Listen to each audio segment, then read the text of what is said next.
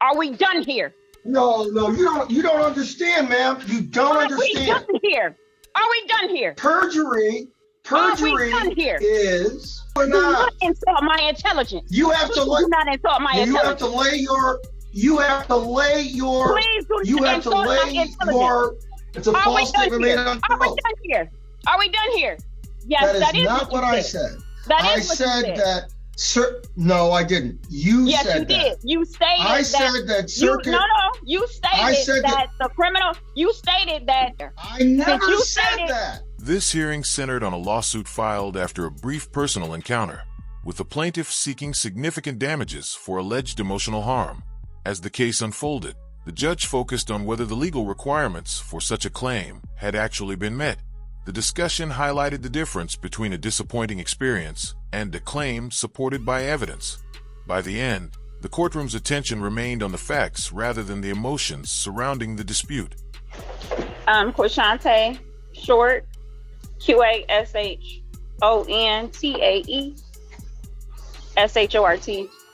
I'm sorry, I had to. In the background.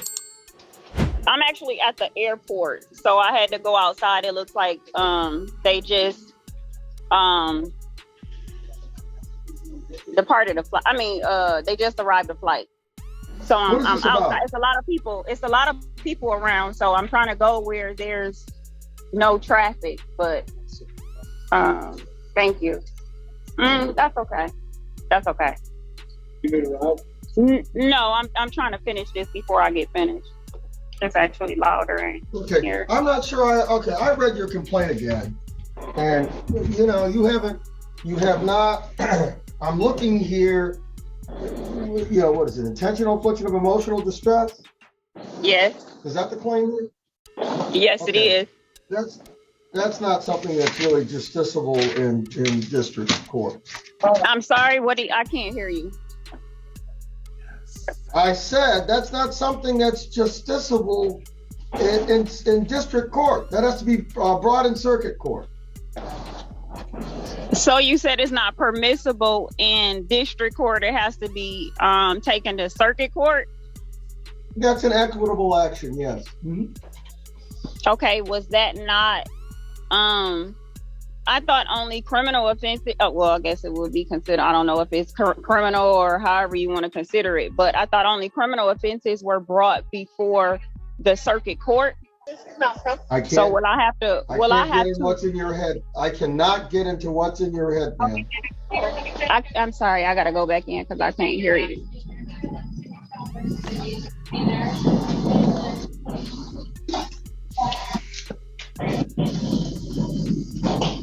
Mr. Jordan, let me just ask you this. Are you planning to represent yourself on this? To be honest with you, sir, I thought this was just going to be thrown out. We had a date, one date, and nothing else after that. And now I'm being sued for $10,000. I don't see how this is going to go any further. I think it's a waste of your time. The problem is this, if you think it should be dismissed, you need to file the appropriate motion. You need to file a motion to ask for that. I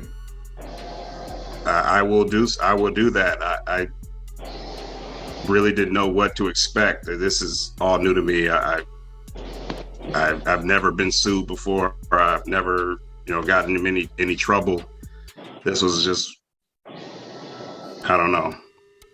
But if that's the process I have to take, then that's what I'll do. This case quickly turned into one of those hearings that leaves everyone wondering how it reached the courtroom. Seeking significant damages after a brief relationship can raise difficult legal questions, but the court still looks for evidence that meets the required legal standard. As the hearing unfolded, the focus shifted from the personal disagreement to whether the claim was actually supported by the facts. Sometimes a dispute may feel significant to the people involved, but that doesn't necessarily make it a valid legal case. There was also a perjury on there as well. He stated, I can't remember what he stated right now because I don't have it, the document in front of me. Perjury is a criminal charge. Okay, there were two different charges. There was one that was intentional affliction of pain, which was not. I didn't see that as being a criminal offense, but perjury, I guess that could be considered a criminal offense. Ma'am, I'm not going to sit here and argue about the legal definition and what's a crime and what isn't. If somebody gets charged with perjury, that is a criminal felony charge. You have to go through the prosecuting attorney and the police. So that's what you are alleging. Yes, the document will show that, and I also sent forth the messages where he was lying, and it proved he was lying. I emailed that to the courts. I wasn't able to print it out, but they didn't say anything as far as me not being able to turn those documents in. But that should have been in the case file as well. Did you put it in there? I emailed it. I don't see that mentioned in your complaint. Address. No. If you are alleging a different count, you've got to amend your complaint to add it in. You can't. I don't know what you said you did, but you the last time we spoke, the last time we were in court, I never changed anything. It's just that he was not properly served, so I had to get an address for him in order for him to be properly served. That's what was the last incident that transpired, was for me to get a correct address for him. That has nothing to do with what I asked you about. I know you asked me about an amended. I asked you about what your claim is about. You said intentional infliction of harm, and I assume you mean intentional infliction of emotional distress. And you said perjury. That's the basis for your claim. Yes, I'll amend the complaint. I thought I had that already in there. I received a document, I guess after I sent the correct address and he got the document, he sent a letter that should be, I guess, in the file. He sent a letter, and that's then his answer, I guess. We're treating it as his answer. Right, and so I emailed my response to that letter, because in that letter he lied, and then that's what brought forth the perjury. It was never perjury in the beginning. It was perjury after his response. Well, you can't say. Listen, he has the right to put whatever is in the answer. I'm not saying he can't, but you can't add another count because you don't like or you disagree with what is in his answer. If he responds and his response is a lie, it's perjury, then my documents will prove that he lied in his response. No. The hearing became increasingly tense as the discussion shifted from the facts of the case to disagreements over legal procedure. The judge repeatedly steered the conversation back to the applicable rules, while the arguments grew more emotional than substantive. Courtrooms ultimately rely on evidence, legal standards, and procedure, not simply on accusations or strongly held opinions. By that stage, the exchange had become less about the original dispute and more about understanding how the legal process actually works. It's his version. First of all, do you understand what perjury is? Yes, I understand perjury is a lie. I know what perjury means. Perjury is a statement, a false statement made under oath. So exactly, and I got documents that prove he was lying. You don't understand. It's a false statement made under oath. Under oath. That stated a lie. When did he testify to something that he lied about? It's a false statement made under oath. Bottom line is, you said it's a criminal offense, so I will send it to circuit court. Are we done here? No, you don't understand, ma'am. You don't understand. Are we done here? Are we done here? Perjury is a false I know exactly what perjury means. I know what perjury means. Are we done no, here? You don't. Is it a criminal offense or not? What statement? I don't see anything in the complaint that says he made some false statement under oath. Because you don't know what happened. You're on the outside looking in. You don't know anything. But you're the plaintiff. Wait a minute. You are the plaintiff. Are we done here? You have to lay out your allegations properly. Are we done here? No, I know we're not. exactly what perjury means. No, we're not. Do not insult my intelligence. You have to do not insult my intelligence. You have to lay You have to lay your. Please do You not have to insult my lay intelligence. your complaint out. It has. You have to allege this in the complaint. You have Please not. do not insult my intelligence. It's not about that. You don't think. I don't think you understand what perjury is. It's a false statement made on Are we oath. done here? Are we done here? I Please said do no. not insult my intelligence. said no. Do not do that. Do not do that. Do not insult my intelligence as if I do not understand what the word perjury means. Do not. If it's a criminal offense, then it's a criminal offense. Well, ma'am, it should not have been filed in district court if you want intentional infliction of emotional distress. Okay, so that's a criminal offense. Are you going to dismiss it and refile it? No, I'm not.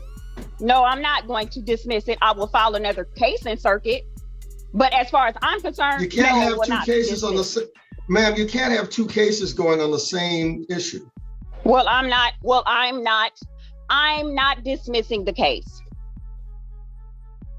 If you want to dismiss it, that's up to you. But I, as a plaintiff, am not dismissing the case.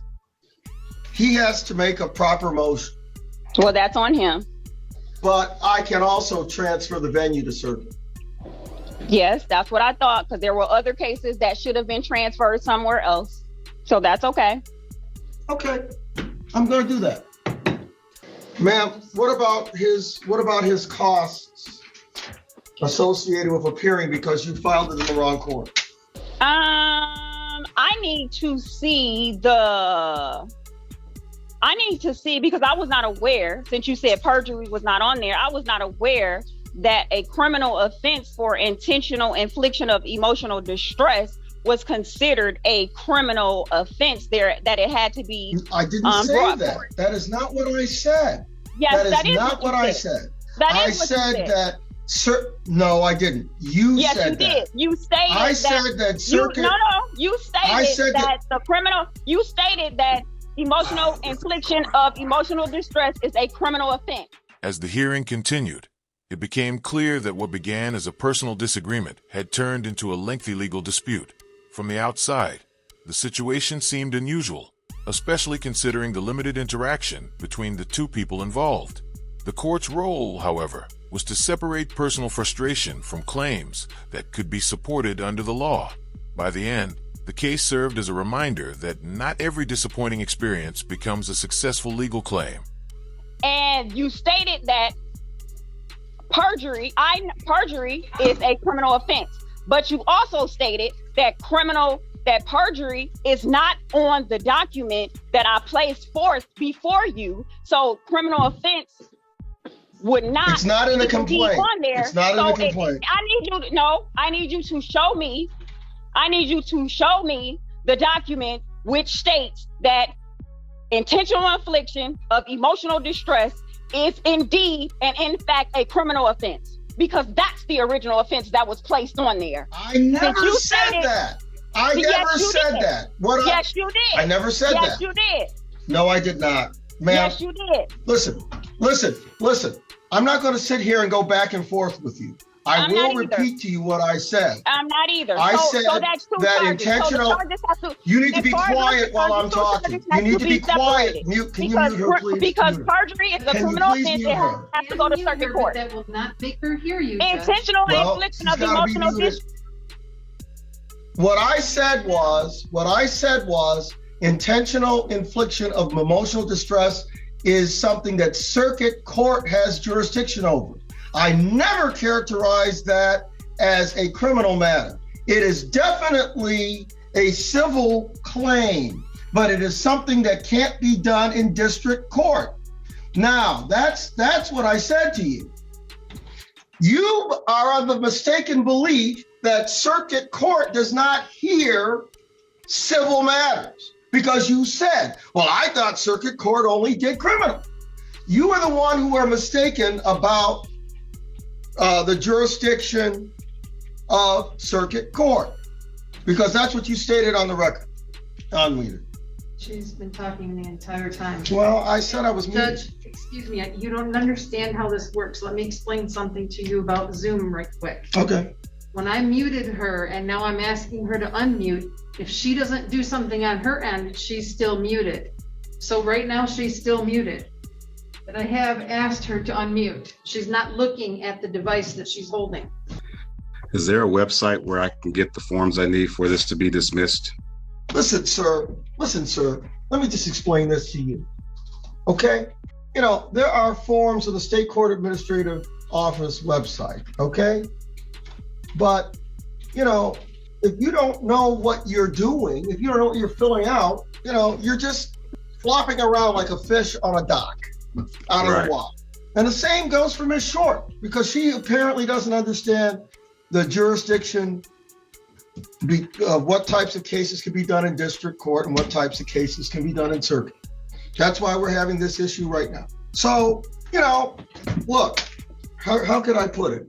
If two people that have no military training are amateurs and they want to throw hand grenades, well, you know, if you don't do it the right way, you might blow yourself up. You might blow the other person up, but you might blow yourself up too. If they don't understand how the process works, I would say this to both parties. You need to seek out legal counsel. As the hearing wrapped up, the contrast between the two sides became more noticeable. While one party appeared focused on explaining the situation, the court remained centered on whether the legal requirements for the claim had actually been met. The discussion also showed that legal disputes depend on evidence, proper procedure, and jurisdiction, not simply on frustration or strongly held beliefs. In the end, the judge's role was to keep the case grounded in the law rather than the emotion surrounding it. I can barely hear what you're saying. Like I said, I'm at the airport. There's a lot of people around. Ma'am, are you getting ready to go on a trip or something? No, I actually just came. I had a rental car. Oh, I see. Ma'am, this is what I'm doing. I am ordering that this go to 7th Circuit Court. Venue is to be changed because intentional infliction of emotional distress is a circuit court matter outside the jurisdiction of district court. Plaintiff shall pay the filing fees in the receiving court. I don't know if you asked for a jury trial or not. You did not, it looks like. So there was no jury fee. No further proceedings shall be had after transfer until these costs or expenses are paid. If not paid within 56 days of the date of this order, this case shall be dismissed by the court to which it was transferred. And what cost am I paying? Hold on. What cost am I paying for? The filing fees for circuit court. Why am I paying for filing fees for the circuit court? Because there's been multiple cases that have been brought forth. Because you filed it in district court, we don't do intentional infliction of emotional distress cases. Well, I need to see that in writing. I need to see that document in writing that states that if you want to appeal, if you want to, I've already skimmed SCAO. I've already skimmed that. I'm reading constantly every day, and I did not see that form on there. I'm sure that you are. But yes, I am. If you want to appeal my ruling, you got 21 days to do it. Yep, I do. You got 21 days to appeal it to the circuit court. My ruling. Thank you both.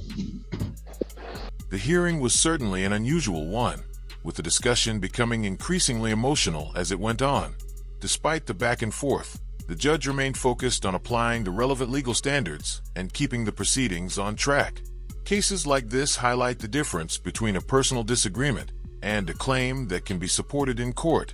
In the end, the hearing served as a reminder that legal outcomes are determined by evidence and procedure rather than emotion alone.